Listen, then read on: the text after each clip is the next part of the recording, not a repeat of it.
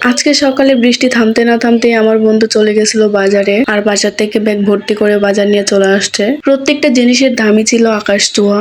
দাম শুনে তো আমি একদমই অবাক। আমার বন্ধু বড় একটা কার্পো মাছও নিয়ে আসছিল। মাছের ভিতর বড় সাইজের একটা ডিমও পাওয়া গেছে। আর বাজার থেকে এসেই তো আমার বোন অনেক মজার মজার রান্না করেছিল আমাদের জন্য, সাথে সন্ধ্যাবেলা পিঠাও বানিয়েছিল।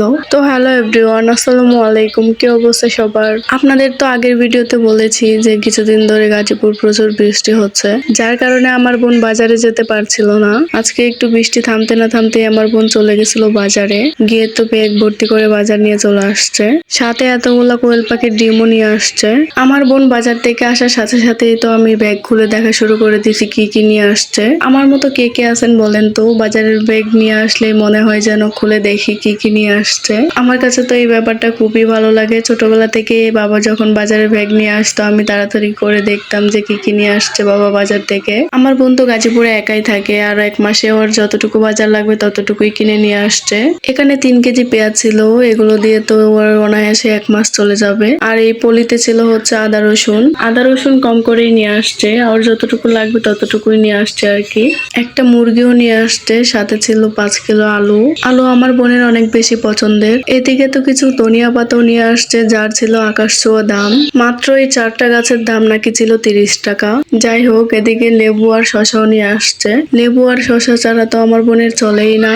আর এখানে আছে হচ্ছে বড় একটা কার্পো মাছ। আমাদের তো ডিমওয়ালা কার্পো মাছ অনেক বেশি পছন্দের, আর তাই তো আমার বোন বাজার থেকে খুঁজে খুঁজে এই মাছটা নিয়ে আসছে। আর এই তো এই ছিল আমার বোনের 1 মাসের বাজার। মাছ আর গোস্ত হয়তো মাসের ভিতরে আরো লাগবে, কিন্তু অন্য কোনো বাজার আর লাগবে না। এগুলো দিয়েই চলে যাবে ওর 1 মাস। এখানে তো বাবুর জন্য ললিপপ নিয়ে আসছিল। তো আমরা 2 বোন বাজারগুলো গুছিয়ে তারপর রান্নাটাও করে নিয়েছিলাম। এখানে ছিল হচ্ছে পোলাও, মাছের ডিম, মাছ ভোনা, মাছের ভর্তা, রোস্ট, আর সাথে শুটকির ভর্তাও ছিল।